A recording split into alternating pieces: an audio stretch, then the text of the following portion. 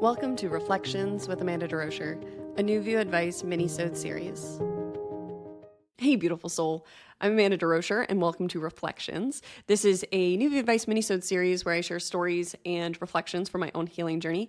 Today is the last episode of Season 1. I'm sure I will return at a future date, but for now, these are the first 9 episodes of Reflections. So if you haven't already, I invite you to go check out the other episodes of Reflections as well after this episode. And today I am talking about how I found faith as a trauma survivor. It's actually one of the most common questions I receive is people asking me, after everything you've been through, how do you still have faith? So it's a question I've wanted to answer, and I've honestly struggled to answer. I've really had to reflect myself on this question. And before we jump in, I do want to mention that this story talks about suicide. I talk about how I was suicidal at the beginning of this story. So for anybody who is not up for that topic today, I wanted to give a heads up here. So with that, I'll talk a bit more about it at the end, but let's jump on into this week's story. That time I found faith as a trauma survivor. Hi, God. Can you hear me? I'm not entirely sure how this works, but I wanted to let you know that I've decided to kill myself. I can't do this anymore. I've tried everything and I just don't see the point in living anymore. Everyone else is so happy, but I feel dead inside. I was sitting on a beach in sunny Los Angeles, but my heart felt dark with hopelessness and despair. As the cold waves crashed on my bare feet, I found myself praying to a God that I didn't believe in for a sign or really any reason to continue moving forward with my life. 3 years prior, a close friend of mine, Michael Dolan, died unexpectedly.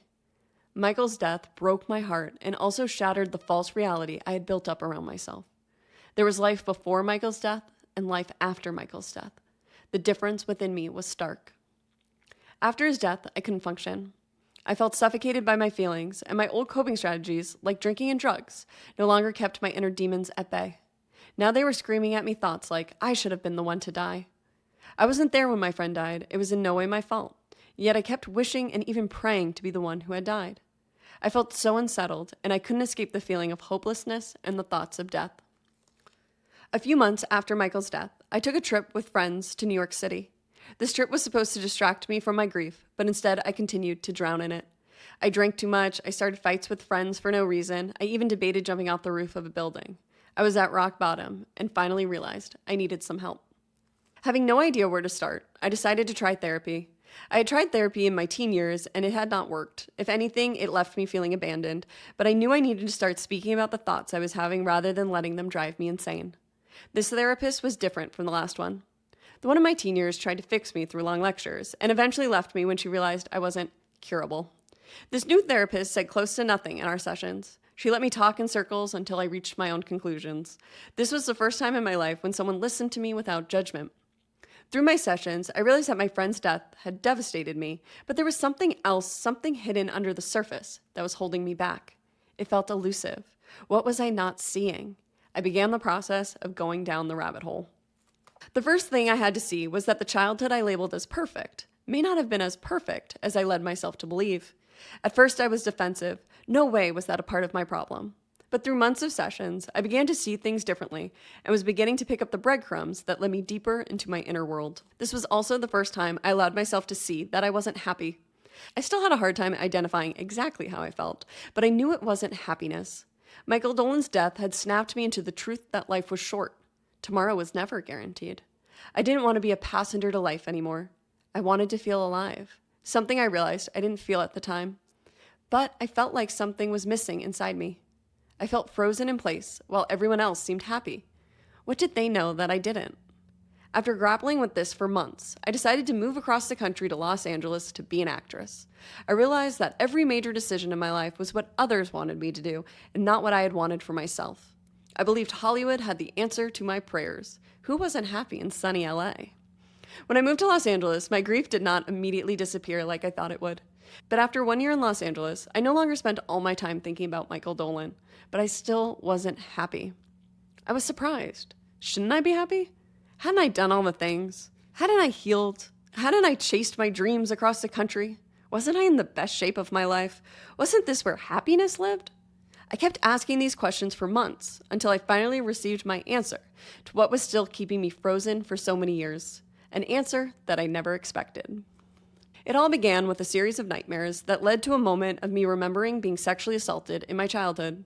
On the day I remembered, I woke up from a very graphic nightmare and shot out of bed and sobbed hysterically while saying, "I was touched, I was touched, I was touched."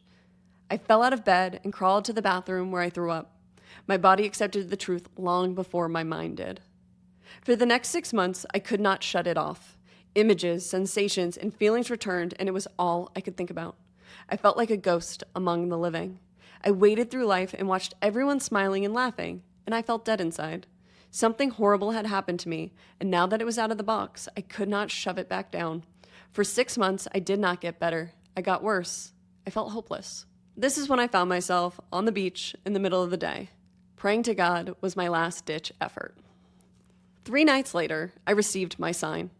It's hard to explain, but I awoke in the middle of the night and began laughing hysterically. I felt pure bliss. I felt a divine love for myself and a sense of liberation that had been missing for so many years. I even thought about my friend's death and being raped, and I just kept laughing. At that moment, my traumas felt so insignificant compared to the truth of who I am. I stared out my window and felt hope for the first time in a long, long time. It was a miracle. At that moment, I knew that healing from trauma was possible. I felt it in my bones. I fell back asleep. I woke up in the morning with a smile on my face, but then the trauma came back. I was bombarded with thoughts of being touched inappropriately when I was a child. I felt the depression settle into my body, but also there had been a shift in me. That hope that healing was possible still lived in my bones. I now had a newfound faith in the future. These were things I had not had before. My prayer had been answered. With my newfound hope, I decided to try again. I looked for professionals who specialized in child sexual assault. I found a support group for survivors. I leaned into my faith that it would get better, faith that healing was possible, faith that my heart truly did hold the roadmap for my personal happiness, faith in a higher power. I felt like I was on the right path for the first time in a long time. I wish I could say my life got easier from here. It didn't. It actually got darker and harder. I had so much more to grapple with, accept, and process than I ever could have imagined. But from this point forward, I always returned to the hope that healing was possible and faith that things would continue to get better. If I had known at the beginning all the trauma that I would spend the next years grappling with, feeling, and processing, I don't think I would have done it. But I now know that's why I repressed the horrors I survived. I didn't repress them consciously. I repressed them because they were horrific and overwhelming experiences that I did not have the tools to process when I was a child and teenager. I feel as though the years prior to my repressed memories returning were like I was walking around the rabbit hole and glancing in and wondering if I was really willing to go all the way down to the bottom. I feel as though that day at the beach, I gave a part of me permission to dive in head first. If the other option was death, a part of me decided, oh, what the hell? Let's see how far down the rabbit hole really goes. One of the most common questions people ask me is, after everything you've been through, how do you still have faith? My answer is that I don't know how to heal without faith. For a long time, I believed my midnight miracle led me to faith. But as I've reflected, I realized I had faith before that moment. That day at the beach, when I prayed, I opened a door to faith. I made a choice to ask for help. I knew I didn't have all the answers, and even in my skepticism, I opened myself up to the idea that there was a power greater than my human mind, and that allowed a miracle to occur. Having faith hasn't always been easy. As the memories of what I survived became darker and the emotions more painful, I tried to throw my faith away. But time and time again, I would pause and listen to the small voice in my heart. This voice often encouraged me to lean into vulnerability and to face my terrifying past with compassion and love for myself. It assured me I didn't need to have all the answers, and I was stronger than I realized. I just needed to continue one step at a time. And each and every time, as I listened to the small voice in my heart and looked at the things I feared most, the pain eased, and I began to feel better. Throughout this journey, I also finally learned the truth about happiness. Happiness is an emotion. It does not last forever. It comes and goes like all other emotions. I also learned that I spent so many years of my life in the freeze response, and being frozen from trauma kept out so much of the pain I experienced, but it also blocked out the good emotions, like the happiness I was so desperate to feel. I couldn't have one without the other. I finally realized I had to feel it all in order to feel truly alive. I left sunny Los Angeles years ago and now live in the desert. But when I do get the chance to go to the beach, I take a moment to put my feet in the sand, listen to the ocean, take a deep breath, and thank God that I'm alive. Thank you so much for joining me for this episode of Reflections. I have tried to record this without tears, but tears are going to be in this episode, and Welcome to my life. Tears are always on the horizon. But I am a little teary-eyed because I'm just really grateful to still be here. After everything I survived, from the violence I survived, specifically in my teen years, I didn't really talk about that in this reflection, but you can listen to other reflections where I talk about being gang raped and the violence I experienced. Between that and also living with suicidal thoughts and being very close to taking my own life, I'm just so incredibly grateful to still be here. And for anyone else out there who struggles with the same things I have struggled with, I promise it gets better. I really wasn't sure for a long time, but I promise you it gets better. And I'm just so grateful for everyone who's taken time out of their day to listen, because the truth is these stories are so important for me, but I also share them to help bring light to the inner battle so many survivors of specifically sexual violence are going through. The act of sexual violence itself is not where the pain ends. I wish it was. It would have been so much easier. And that's why the last message I'll end with here is be kind. You never know what somebody's going through. I know that on my journey, kindness made all the difference.